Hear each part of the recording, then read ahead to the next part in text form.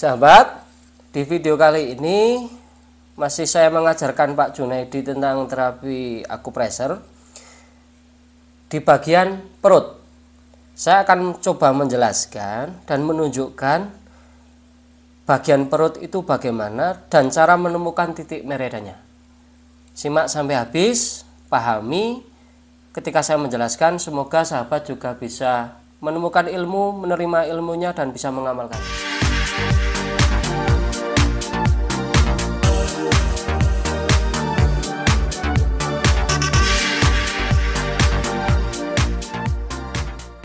Sahabat, di bagian perut, sebelum kita nerapi, kita perlu tahu beberapa posisi tulang.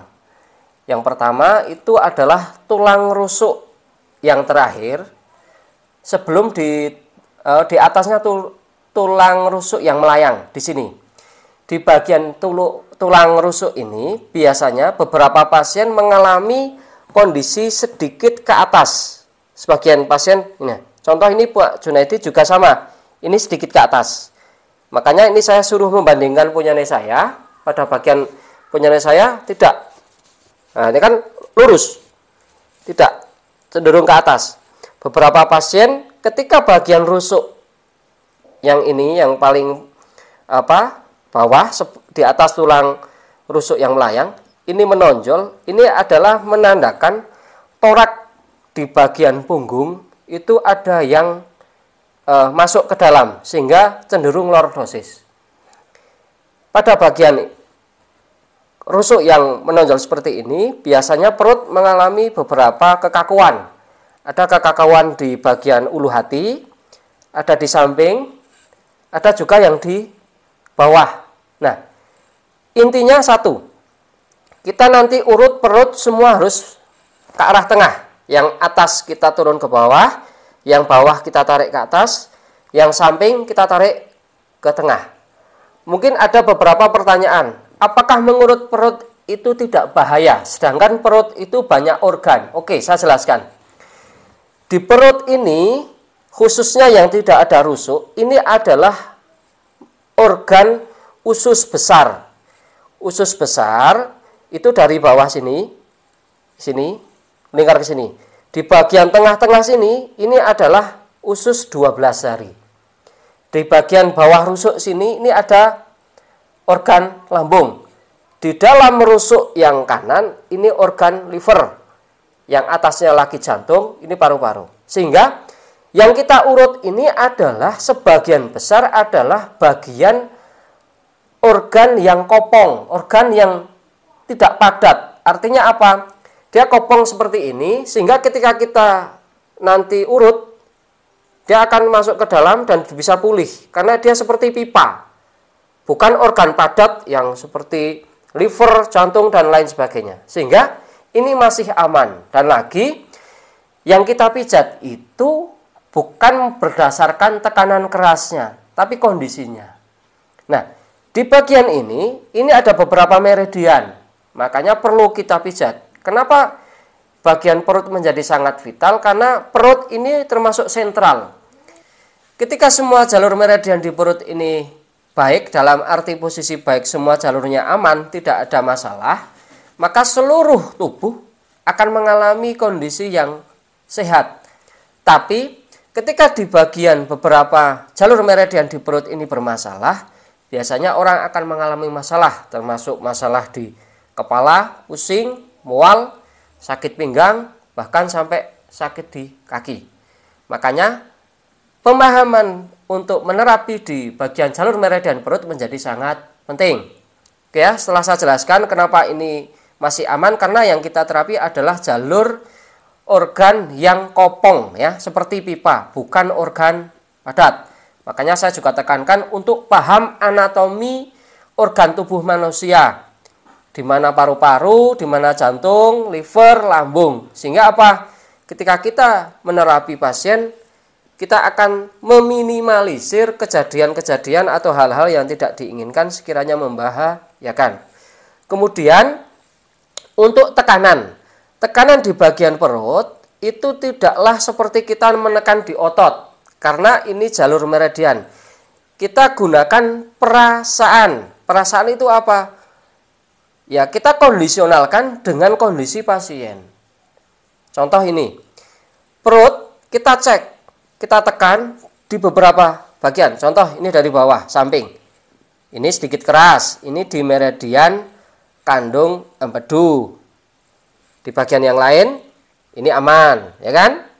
Ini berbeda, ini terasa lunak, aman di bagian meridian kandung empedu, yaitu di samping tulang panggul. Ini lembek rasanya, nggak begitu sakit, normal saja. Tapi bagian yang kiri ini sakit. Apakah ini aman? Aman, ya kan? Beda, ini lebih sakit.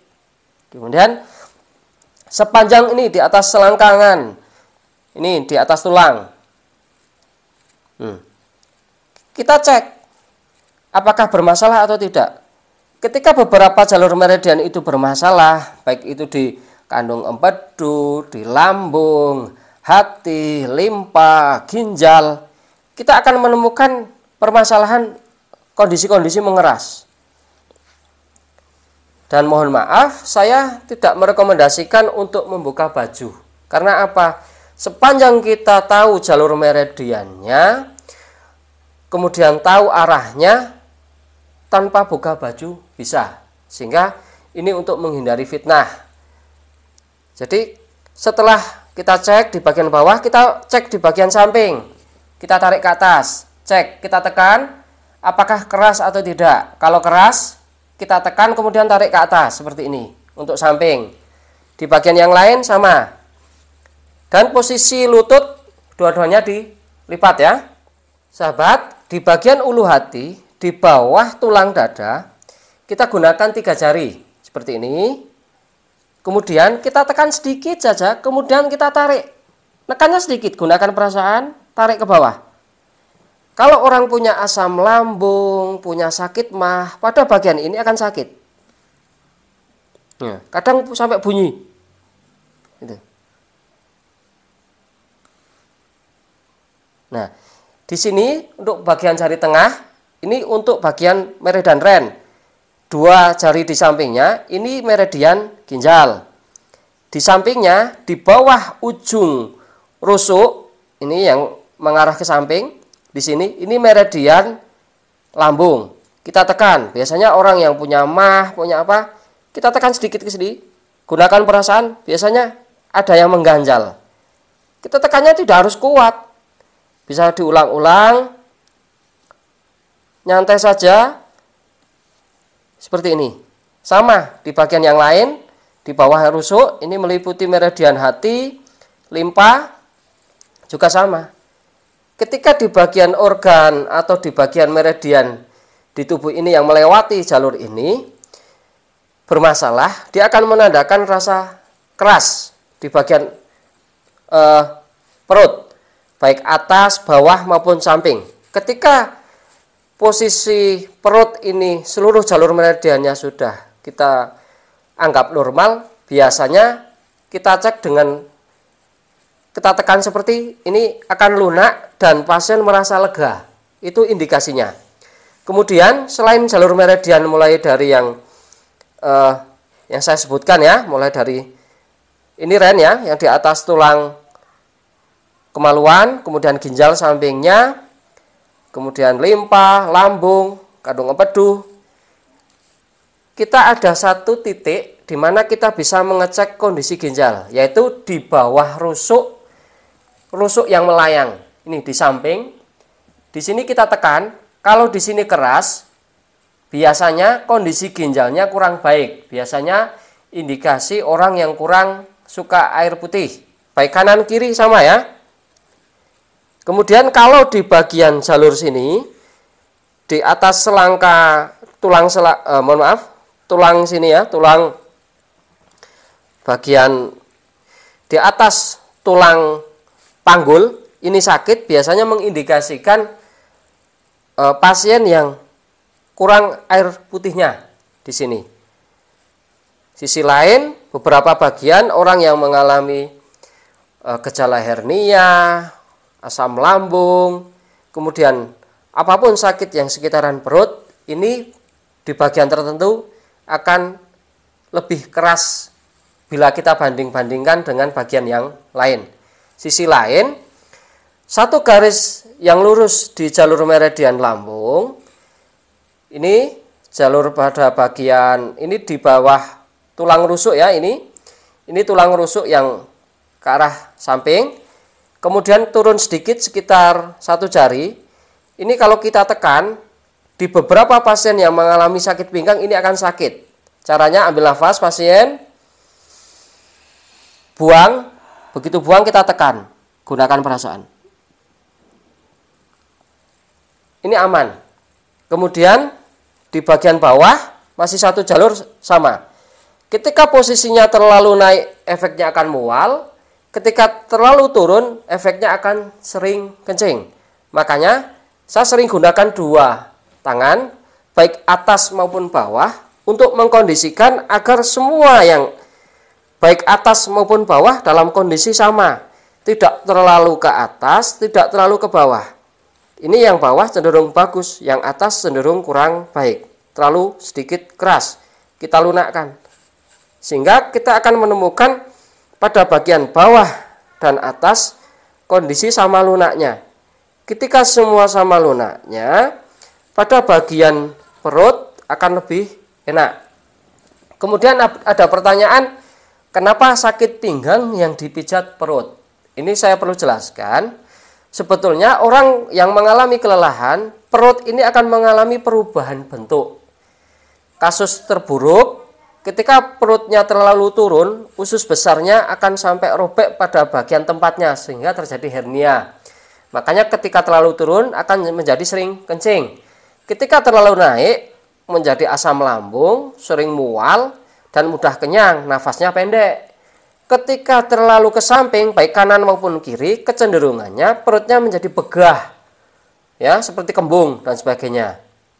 Nah, kenapa demikian? Karena posisi perut ini, usus besar dan usus 12 jari ini tidak tertutup rusuk. Sedangkan ketika kita mengalami kelelahan, ini akan goyah.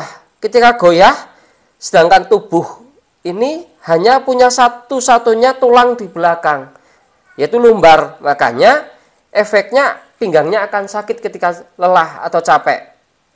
Untuk itu bagian ini kita betulkan dulu semua posisinya sampai kembali normal ke posisi yang normal, posisi sebenarnya.